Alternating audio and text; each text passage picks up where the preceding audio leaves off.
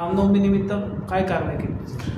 दिनांक 6/4/2025 रोजी होणारा रामनवमी उत्सवानिमित्ताने शहरात कोणतीही कायदा व सुव्यवस्था बिघडू नये व शांतता अबाधित राहावी यासाठी माननीय पोलीस अधीक्षक श्री अजय कुमार बन्सल यांनी सर्व SDPO तसेच सर्व पोलीस ठाणे प्रभारी अधिकारी यांना सूचना दिल्या होत्या।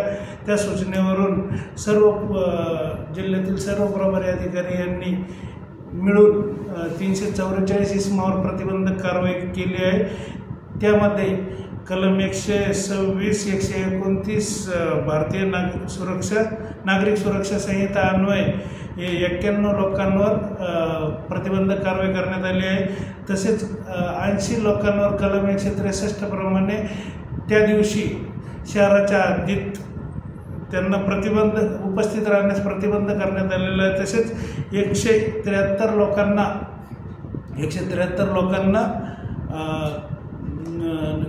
शांतता राखण्याबाबत नोटीस देण्यात आलेली आहे। सदरील कारवाई माननीय अपर पोलीस अधीक्षक श्री आयुष नौपानी सर यांनी पोलीस अधीक्षक श्री अजय कुमार बन्सल सर यांच्या मार्गदर्शनाखाली केली।